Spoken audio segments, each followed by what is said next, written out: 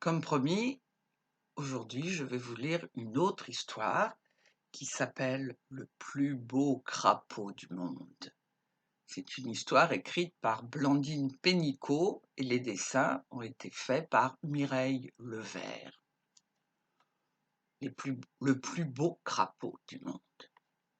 Au royaume des crapauds vivait un roi, une reine et leur fils unique, le prince François Jérôme.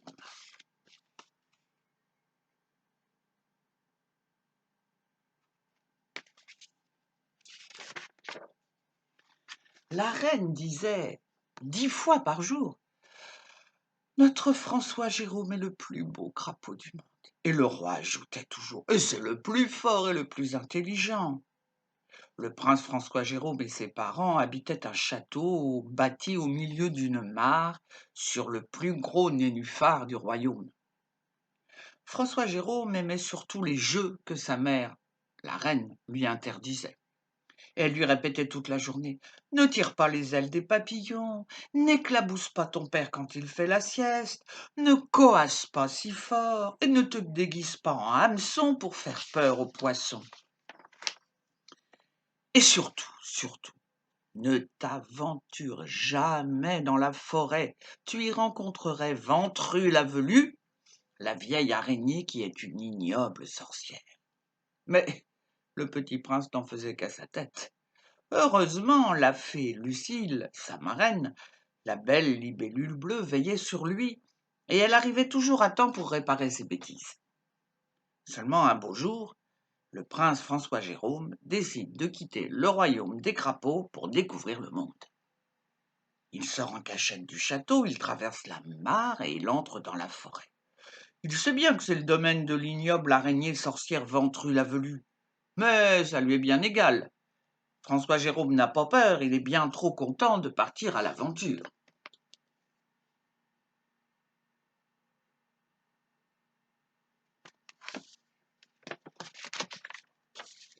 Et puis à cette heure-ci, la vilaine araignée fait la sieste. On l'entend ronfler d'un bout à l'autre de la forêt. Alors François Jérôme sautille sur le chemin en coassant à tue-tête. Seulement voilà, Ventrue la velue est une très vieille araignée, et elle a un très mauvais sommeil. Au moment où François Jérôme passe sous sa toile, elle se réveille en sursaut. Elle pousse un abominable juron. Par la citrouille, grenouille, quenouille, si tu t'y frottouilles, je t'écrabouille. Et le petit prince crapaud est terrorisé.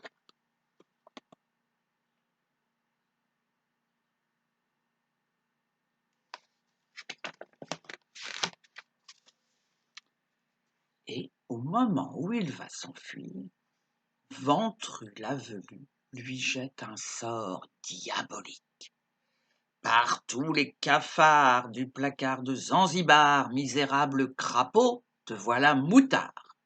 Et d'un seul coup, le prince crapaud se transforme, ses pattes s'allongent, elles deviennent de longues jambes, il lui pousse des bras, des cheveux bouclés, un nez en trompette, et il s'écrie: mais quelle horreur!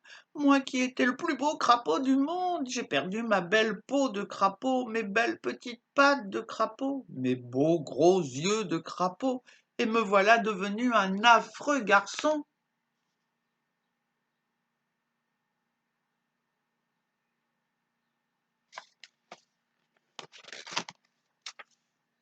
Pendant ce temps-là, dans le château, sur le plus gros nénuphar, tout le monde est terriblement inquiet. Le roi a envoyé son armée de chevaliers crapauds pour fouiller la mare. On cherche François Jérôme sous chaque feuille de nénuphar, derrière chaque touffe d'herbe, entre chaque bouquet de roseaux. Mais le prince François Jérôme reste introuvable. Heureusement, comme toujours, Lucile, la fée marraine, veille sur son filleul. François Jérôme sent tout à coup quelque chose qui chatouille sa joue de garçon. Il relève la tête. Ah! C'est toi, Lucile? Comment m'as-tu reconnu maintenant que je suis si laid? Et la fée Lucile répond: petit prince, j'ai tout vu. Hélas, je ne peux pas défaire ce mauvais sort, mais écoute-moi bien. Seul le baiser d'une princesse peut te délivrer de cette affreuse apparence de garçon. Bonne chance, je ne peux plus rien de plus pour toi. » Et la fée Lucille s'envole, laissant François Jérôme tout seul au milieu de la forêt.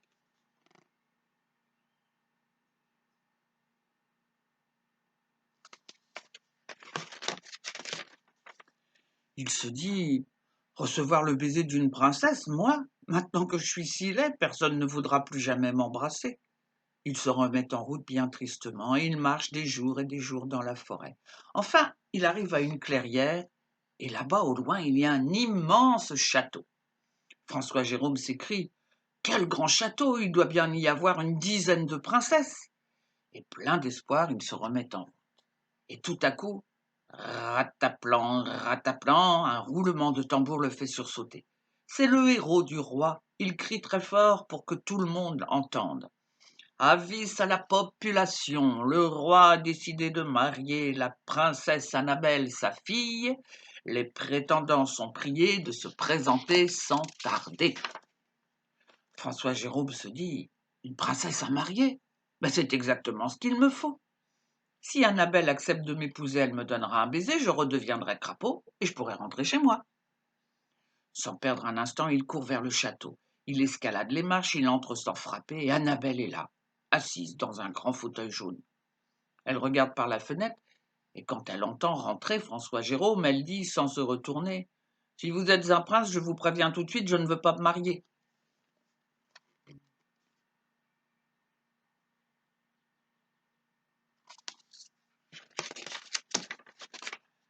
Mon père dit que je suis la princesse la plus insupportable de la terre. Alors il veut me trouver un mari qui m'emmènerait loin d'ici. Seulement moi, je ne veux pas me marier. Et je déteste tous les princes de la terre. François Jérôme s'écrie: écoutez-moi, Annabelle, je ne suis pas un prince comme les autres. En fait, voilà, je suis un crapaud. Annabelle saute de son fauteuil. Elle regarde François Jérôme avec de grands yeux. Elle dit: mais raconte. Et François Jérôme lui raconte tout. À la fin, il ajoute: Annabelle, tu es la seule princesse que je connaisse, il faut que tu m'aides. Annabelle s'écrie: waouh, je crois que j'ai une idée magnifique. D'abord, je te donnerai un baiser pour que tu redeviennes le plus beau crapaud du monde, mais toi, tu vas me rendre un service. Et Annabelle se met à parler tout bas à l'oreille de François Jérôme.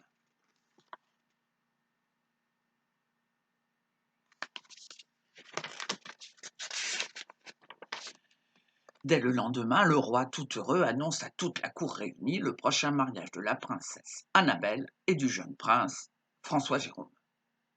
Tout le monde applaudit. Alors, la princesse se penche vers son fiancé et elle lui donne un baiser.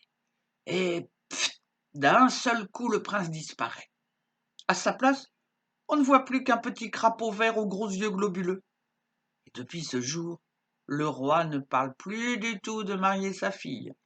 Annabelle peut rester au château de son père et continuer tranquillement d'être la princesse la plus insupportable du monde. D'ailleurs, elle a bien le temps de se marier. François Jérôme, lui, est redevenu le plus beau crapaud du monde. Il a retrouvé ses parents, sa mare, son château sur le plus gros nénuphar, mais surtout, il continue de tirer les ailes des papillons, d'éclabousser son père quand il fait la sieste, de coasser trop fort et de se déguiser en hameçon pour faire peur aux poissons. D'ailleurs, il a bien le temps de devenir raisonnable, et à toutes ces bêtises, il a ajouté celle qu'Annabelle lui a apprises. Voilà, l'histoire est terminée. À la prochaine fois.